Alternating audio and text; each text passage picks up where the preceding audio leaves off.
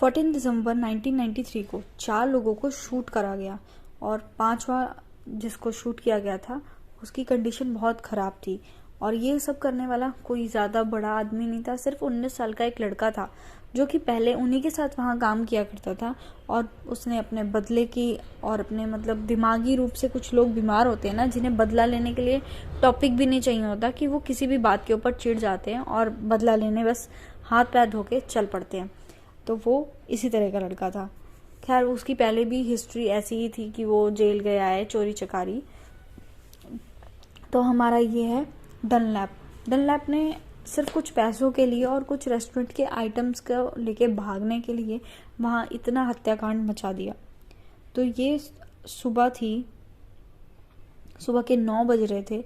तो डनलैप अपने उसी रेस्टोरेंट में आया, आराम से उसने हैमबर्गर और चीज़ सैंडविच ऑर्डर किया और बैठकर बड़े ही आराम से खाया। उसके बाद उसने एक्रेट गेम भी खेली। ये गेम होती है जैसे कि आपने कॉइन्स से जो ऑपरेट होती हैं गेम्स, ऑटोमेटिक होती हैं, ये वैसी सी गेम उसने एंजॉय करी। पूरा बड़ा शांत सा माहौल था। 9:50 हुए। इसके बाद वो चुपचाप रेस्ट रूम की तरफ चला गया जहाँ पे 5 एम्प्लॉयज़ को उसने मार दिया 25 कैलिबर की सेमी ऑटोमेटिक पिस्टल से। तो मतलब उसमें उसने साइलेंसर तो नहीं लगाया था, बट वहाँ के आसपास के लोगों को इस तरीके से लग रहा था कि शायद अंदर कोई पार्टी चल रही है, कोई मतलब रेस्टोरेंट है, या किसी ने सामान बर्तन पटक दिए, या कोई क्या बोलते हैं उन्हें, अपने बैलून फोड़ रहा है, कुछ ऐसा है। तो किसी ने बाहर इस बात पे ध्यान नहीं दिया और उसने ये सब हत्याकांड कर दिया। तो उसका पहला शिकार बनी सेल्वी, जो 19 साल की थी और वहाँ सफाई कर रही थी सैलेड बार में। और उसके सामने वो जाकर खड़ा हुआ और उसने उसे गोली मार दी उसके राइट कान की तरफ, और उसे काफ़ी घायल हो गई। मतलब उसके अंदर जब उसने मारा था, दया धर्म उसका सब खत्म हो चुका था और उसने इतनी बेदर्दी से उसे मारा। इसके बाद विक्टिम बना बेन ग्रांट, जो कि सिर्फ 17 साल का था। उसने उस पर भी कोई दया नहीं करी और उसकी आंख में सीधा गोली मार दी। और वो जो अगर आपके आंख में गोली लग जाए कितना पेन होता है। वैसे तो गोली कहीं भी लग जाए, उसको मतलब कोई ये नहीं था कि मैं किस तरीके से कैसे मारा, उसको जहाँ मन कर रहा था वो वहाँ गोली मार देता था। और ये भी नहीं सोचता था कि मौत कितनी दर्दनाक होगी इन लोगों की। इसके बाद वो थोड़ा आगे बढ़ा और उसे एक 17 साल की लड़की मिली, कॉलिन, जो कि मतलब उस पैरों में गिर के उसे आगे भीख मांग रही थी कि मुझे मत मारो डनलैप, मैं जीना चाहती हूँ, मेरी अभी छोटी सी उम्र है, मतलब मैंने आगे अभी कुछ देखा नहीं है। वो अपने घुटनों पे बैठ गई। उसके बाद भी डनलैप को उस पर कोई तरस नहीं आया और उसने उसके सीधा सर पे गोली मार दी। जैसे वो झुक के बैठी हुई थी अपने घुटनों के बल उसके आगे, तो उसने सीधा ही गोली मार दी। उसके बाद आई बॉबी स्टीफन्स।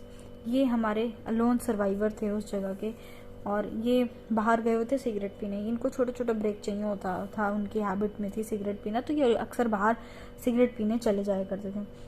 तो बाहर जाके सिगरेट पी रहे थे। तो उसके बाद उनको ऐसा मतलब इन गोलियों की आवाज़ से ऐसा लगा कि बच्चे शायद बैलून वगैरह फोड़ रहे हैं, इस वजह से ये ऐसी आवाज़ें आ रही हैं।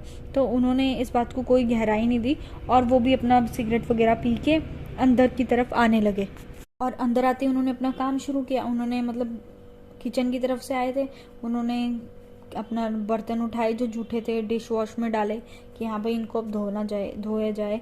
उसके बाद जैसे उन्होंने किचन के डोर को खोला और वहाँ से एंट्री लेने की सोची अंदर रूम में, तो उन्होंने देखा कि एक बंदा उनको गन शूट करने के लिए तैयार खड़ा है। उन्हें कुछ समझने का मौका ही नहीं मिला। उस डनलैप ने सीधा ही उनके जबड़े में गोली मारी और वो गोली मारते ही उनके जबड़े के आर पार गई गोली और वो गिर गए। उसके बाद मतलब वो अभी जिंदा ही थे। उसके बाद डनलैप अपने स्टोर की एक बुजुर्ग मैनेजर की तरफ बढ़ा, जो कि आमतौर पे यहाँ का सेफ लॉक वगैरह उसके ही हाथ में रहता था। तो अब उसका मेन मकसद जो था पैसे लेना वहाँ से, तो वो उस औरत की तरफ बढ़ा और वो 50 साल की औरत इतना घबरा गई कि वो उसके अपोजिशन में कुछ कर नहीं पाई। और उसने उसको बोला कि चाबी ला। तो वो जब चाबी लेकर उसने दिया सेफ लॉक में लगाया, वैसे उसने उसके एक कान में गोली मार दी। इसके बाद जैसे ही वो गिर गई, वो अपना पैसे वगैरह निकालने लगा, बट उसको एट टाइम रियलाइज़ हुआ कि नहीं, ये अभी मूव कर रही है, ये अभी हिल रही है, ये इसमें जान है। तो उसने तुरंत ही मुड़ के उसके दूसरे कान में भी गोली मार दी, और ये गोली इतनी बेदर्दी तरीके से थी कि उसके कान से खून निकलने लगा और वो एट द टाइम मर गई।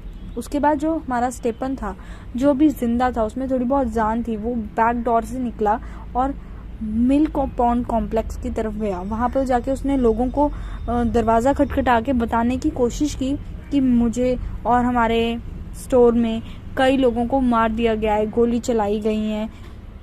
इतना लोगों को जब वहाँ पे भीड़ इकट्ठी हुई, उन्होंने उसको हॉस्पिटलाइज करवाया, और हॉस्पिटलाइज जो वो हुआ वो डेनवर जनरल हॉस्पिटल में हॉस्पिटलाइज हुआ। वो हॉस्पिटल एक फेयर कंडीशन का था, ना ही बहुत अच्छा था ना ही लो क्वालिटी का था।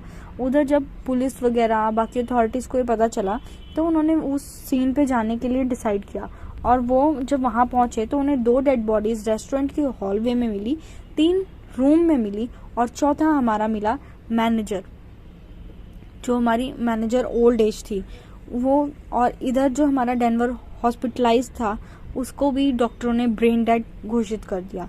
और अब इन सब कांडों का मास्टरमाइंड डनलैप वहाँ से $1500 कैश और गेम टोकन्स को स्टोल करके वहाँ से भाग चुका था रेस्टोरेंट से।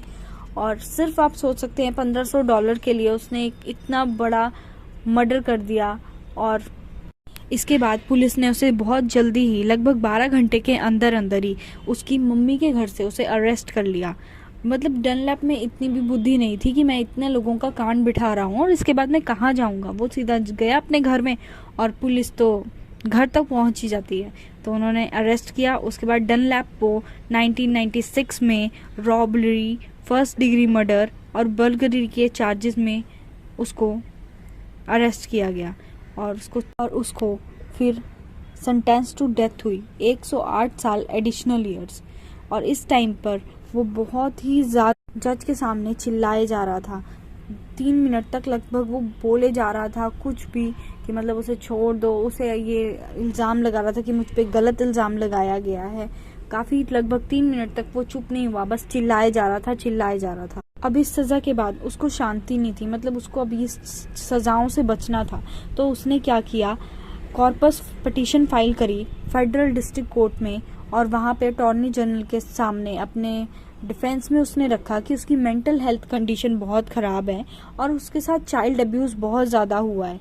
फिर अगस्त 2010 में उसकी इस फेडरल अपील को रिजेक्ट कर दिया गया। और फेडरल अपील वो होती है जो कि सेंट्रल गवर्नमेंट से रिलेटेड होती है, सेंट्रल गवर्नमेंट इसके ऊपर अपने मोहर वगैरह लगाती है।